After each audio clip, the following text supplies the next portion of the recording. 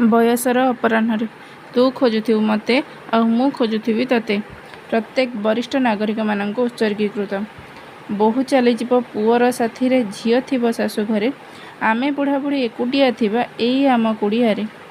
ହାତଗଣ୍ଠିଟା ଯେ ଏତେ ମଜବୁତ ଜାଣିଲି ମୁଁ ଏତେ ଦିନେ, ରାଗରୁଷା ସବୁ ଉଭେଇ ଯିବ ଯେ 60 ଆସିଲେ ଘନେ। ହଇଓ ଶୁଣୁଛ ବୋଲି ଡାକୁଥିବି ବସିକି ସୋଫା ଉପରେ, ଯାଉଛି ଯାଉଛି କହିକି ତୁମେ ଯେ ପହଞ୍ଚିବ ମୋ ପାଖରେ। ପେପରଟା ଆଉ ଚା କପ୍ ଧରି ପଶି ଆସୁଥିବ ଘରେ, ଚାତକପରାଏ ଚାହିଁ ବସିଥିବି ଅଶ୍ରୁଭିଜା ନୟନରେ। ଚଷମା ଆଉ ମୋ ବଙ୍କୁଲି ବାଡ଼ିକୁ ଦଉଥିବ ମୋର କରେ, ଚାଲିବାକୁ ଯେବେ ବଳ ପାଇବନି ତୁମେ ଥିବ ମୋ ପାଖରେ।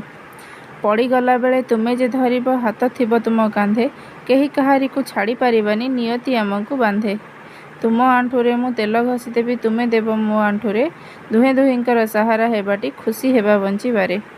ବାହାରକୁ ଆଉ ବୁଲାବୁଲି ପାଇଁ ଯାଇ ପାରିବାନି ଥରେ, ଘରକୁ ଦୁଆର ଦୁଆରକୁ ଘର ବୁଲୁଥିବା ବଗିଚାରେ। ଦିନେ ମୁଁ ଚାଲିଯିବି ତୁ ରହିଯିବୁ, ଅଥବା ତୁ ଚାଲିଯିବୁ ମୁଁ ରହିଯିବି ମିଛ ଏହି ସଂସାରରେ। ସଂସାରଟା ସିନା ମିଛରେ ସଜନି, ମିଛ ନାହିଁ ଆମ ସମ୍ପର୍କରେ।